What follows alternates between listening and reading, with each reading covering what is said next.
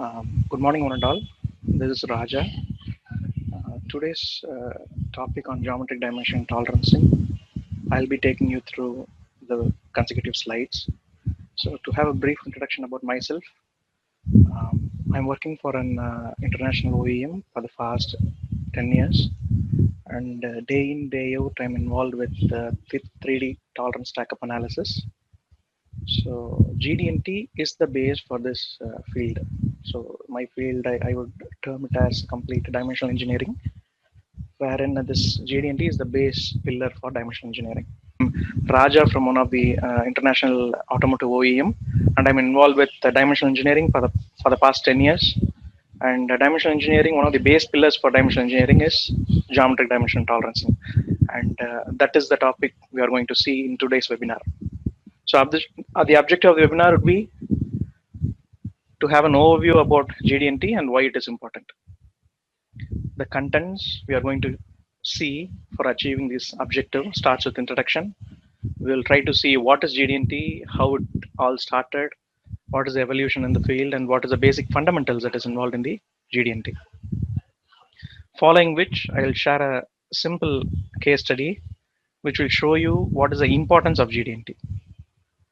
And following it, we will have a final slide of what are the available career path and job opportunities you have a GD&T knowledge.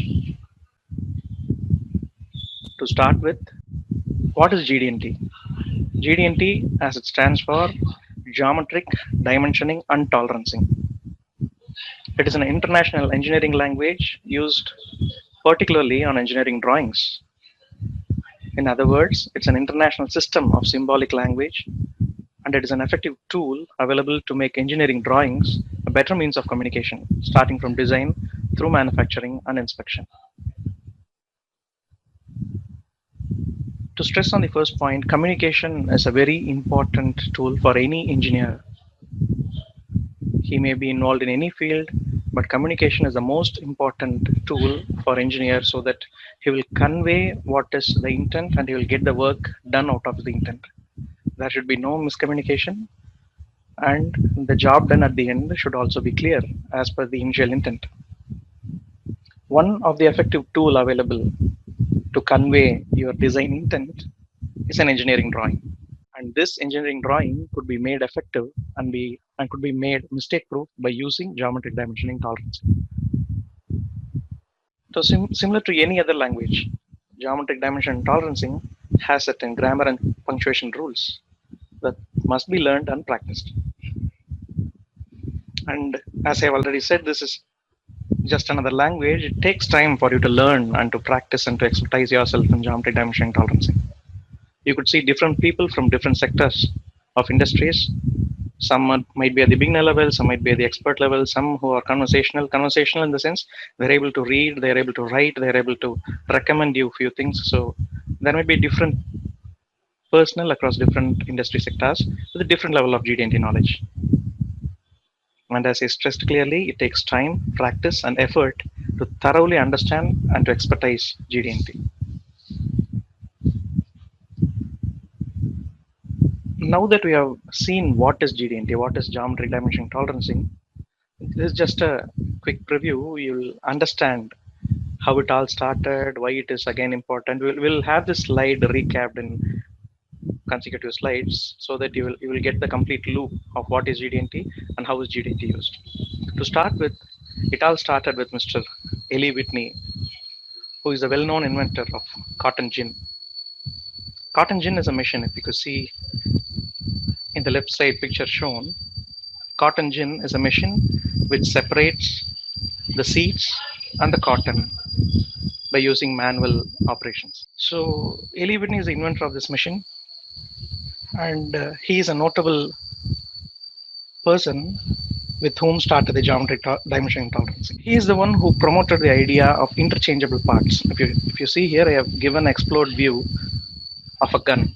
And he is the one who advocated and promoted the idea of interchangeable parts. When I say interchangeable parts, the idea is to build a machine gun. Given any number of parts, you would be able to assemble with different mix and match ratio. For example, if I have the hand lever here, there will be 30 plus. For example, if I say there is 30 plus hand levers given, you would be able to take any one of the hand lever and assemble it so that it gives you a gun with other parts. So he is one of the main personalities who advocated for this idea of interchangeable parts. The necessity for him to advocate the idea of interchangeable parts starts with World War, as in any case of scientific evolution. So the world required a system wherein you can have multiple parts and still achieve the assembled final product.